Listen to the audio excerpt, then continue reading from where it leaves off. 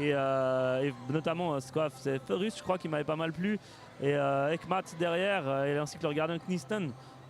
C'est des joueurs qui m'ont pas mal plu, donc ça va être un plaisir de les retrouver et puis de voir ce qu'ils vont être capables de faire. Je vais voir si j'arrive à vous retrouver le dernier résultat de la part du PSV. D'ailleurs, on a un petit peu des fois des soucis avec le logiciel, donc on va vous dire ça dès que possible. Le Mérin a gagné contre le CS italien 3-1 et le PSV Eindhoven a battu l'Olympique Lyonnais 2-1. Voilà, et le match débute à l'instant avec un ballon directement pour Midag. Midag, une frappe au premier poteau, bel arrêt du gardien du FC Mérin qui n'est autre que Zoll. Zoll qui n'a pas levé la barrière avec un ballon maintenant du PSV et un dégagement des points de Zoll. On en est toujours à un deuxième corner là-bas pour le PSV Eindhoven. Un ballon, non, finalement les arbitres décident que le temps est imparti, est écoulé et du coup c'est un dégagement de la part des Mérinois. Les Mérinois avec leur capitaine là-bas sur la défense. Il y a Midag qui presse bien, mais le PSV récupère le ballon avec, j'ai pas réussi à voir qui c'était, mais Midag et un arrêt du gardien et très très bonne. Non, il y aura faute effectivement. Il y en a un qui avait bloqué le ballon et qui l'a relâché suite à une faute. Avec, alors je viens de réaliser que ce n'est pas Zoll, mais le numéro 18, Chailloux, Victor Chailloux, qui joue dans les buts. Évidemment, Mérin doit être pratiquement la seule équipe à avoir un gardien remplaçant et avoir vraiment deux maillots, enfin deux gardiens avec deux numéros différents, donc d'où l'erreur. Midag là-bas qui tente une frappe, c'est contré. La défense de Mérin qui tente de se relancer. Midag prend une volée au passage. Et le numéro 6 du FC Mérin, Chevassos, Andrea Chevassos, qui a pu contrôler le ballon. Mérin a obtenu même la touche là-bas. C'est Chevassos justement qui va pouvoir envoyer ce ballon en direction de ses coéquipiers. C'est manqué malheureusement pour les Mérinois. Et le ballon maintenant est en touche pour le PSV Eindhoven avec un ballon sur un des défenseurs. Il y a le numéro 3 ici qui n'est d'autre que Fernandez. Fernandez, il a pu transmettre à Midag là-bas qui va pouvoir se mettre en position de frappe. Très belle sortie du gardien Chailloux. Et Mérin part en contre-attaque. C'est pas mal vu là. Il y aura une faute de main probablement de la part de Fernandez. Non, les arbitres ne l'ont pas vu. Du coup, le ballon va revenir jusqu'à Kniston. Kniston qui décale sur son côté droit l'un de ses coéquipiers.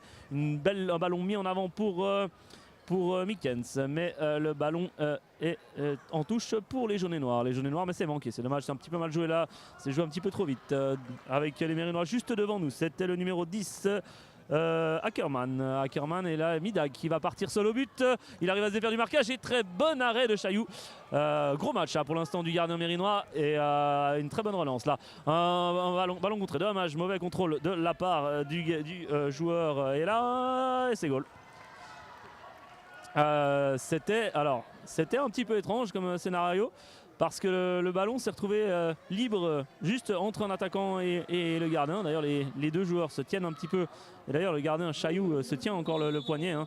Le jeu a repris, il n'a pas fait signe à l'arbitre de continuer mais finalement c'est le joueur du PSV qui a réussi à toucher le ballon en premier, à le glisser au fond, mais ça aurait très bien pu finir dans l'autre sens. Ouais, le Chailloux il a quand même l'air de se tenir le poignet, on espère que ça va aller, mais du côté du banc mérinois on n'a pas l'air de s'affoler. Du coup, le PSV on remet une couche avec le capitaine de Mérin, Chevassos, qui se manque. Et Fernandez il cherche une solution, il est face à deux jaunes et noirs. Il transmet à Midag, c'est pas mal vu là-bas sur l'aile gauche. Il cherche, ouais, c'est une très beau geste technique. Et finalement, Chailloux peut se coucher sur le ballon. Il a réussi à première vue, il se tient toujours le poignet, mais ça a l'air d'aller. En attendant, Mérin avec un ballon qui va revenir sur le numéro 10. Qui n'est autre qu'Ackerman. Ackerman, c'est une touche là-bas. Il a un joueur, il l'a pas vu. Il transmet à un de ses coéquipiers de l'autre côté. C'est dommage, c'est contré là-bas. Avec le capitaine Chevassos. Chevassos qui cherche une solution. Et ça sera une nouvelle touche là-bas sur l'aile gauche. Mérin avec un long ballon en avant, c'était en direction d'un attaquant qui traînait là-bas, mais le ballon a été contré, il va sortir en touche. Non, Midag maintenant à mi-terrain. Midag a un petit 1-2 avec un de ses coéquipiers, ça sera trop long. Chailloux va pouvoir tranquillement reprendre le ballon et transmettre sur son défenseur avec Chevassos. Chevassos, c'est dommage, c'était en direction du numéro 9 de Crémis, Anton de Crémis, mais il n'a pas pu récupérer le ballon. Le PSV là qui part en contre-attaque avec son numéro 11, c'est pas mal vu finalement. Chevasso qui va pouvoir décaler son attaquant là, son numéro 9. Dommage, le contrôle était un petit peu trop long, mais c'était dangereux. Kneiston avait pu anticiper et là le PSV qui perd le ballon avec effectivement des Crémis qui pensait pouvoir partir. Il a manqué son contrôle, malheureusement pour lui. Il va devoir laisser le PSV repartir depuis ses bases avec Kneiston. Kneiston, il a le numéro 11, Mukens. Mukens, c'est pour le numéro 3, Fernandez. Fernandez qui est un peu tout seul là au milieu du terrain. Il arrive à décaler son coéquipier avec... Oh, c'est un très joli but. C'était un centre de Bresser qui a transpercé tout le monde et qui a atterri sur l'attaquant Midag, je crois. Et il s'est retrouvé à marquer pratiquement contre sa volonté. Enfin, le ballon lui a rebondi dessus, a fini au fond. Et ça fait donc 2-0 après 5 minutes de jeu, 2-0 pour le PSV Eindhoven. Avec un ballon là-bas le long de la touche justement, et Midag va pouvoir effectuer celle-ci. On rappelle les touches au pied hein, dans ce tournoi. Avec un ballon qui était dans l'axe sur Mukens. C'est manqué, un long ballon en avant, dommage. C'est manqué alors qu'on a Midag qui vient de s'étaler contre la barrière juste devant nous. Et le PSV qui maîtrise quand même pas mal son sujet hein, dans ce match. Et là, bah, justement, il fallait que je dise ça pour qu'il y ait une contre-attaque. Ah, dommage, c'est très très mal joué ça. Ils se sont retrouvés, les Mérinois se sont retrouvés à 3 pratiquement face au gardien. Et ils n'ont pas réussi à en faire bon usage de cette action. Midag, beau contrôle là. Très très beau geste technique et qui peut aller la mettre au fond. Alors, c'est excellent. Il n'y a pas, pas grand chose à dire là-dessus.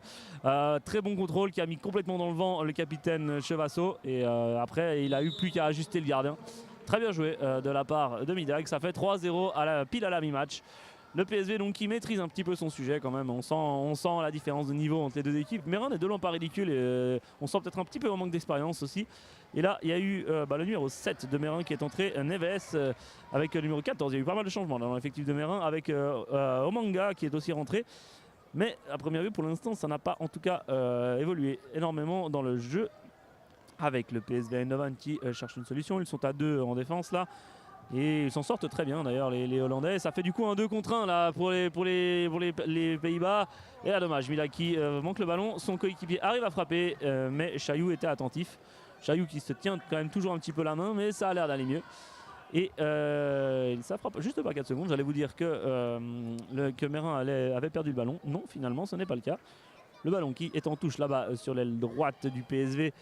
Et qui reviennent juste derrière avec Fernandez. Fernandez qui enrhume 2 joueurs du FC Mérin. Le numéro 11 maintenant qui frappe. Le numéro 11 c'était Mukens. Une frappe est bien renvoyée par le gardien Chailloux. Mais le Mérin n'arrive plus à se relancer là. Maintenant c'est vraiment une grosse domination territoriale de la part du PSV. Et une frappe qui passe à côté, qui est laissée par Chailloux pour sortir en touche. Et là, Mérin est passé vraiment très très proche du surnombre. Il aurait pu être sanctionné, je pense, mais ça n'a pas été le cas. Un ballon contré à mi-terrain, une frappe qui va être déviée, qui va s'écraser sur la transversale à première vue, qu'il n'y aura pas corner. Donc une bonne frappe encore du PSV, hein, 3-0, mais ils essayent encore d'aller en marquer quelques-unes. Et ce n'est pas le cas, j'allais dire voilà, une mauvaise relance, voilà, j'allais dire une relance en avant, ce n'était pas le cas. Il y a le numéro 12 du FC Mérin qui est entré.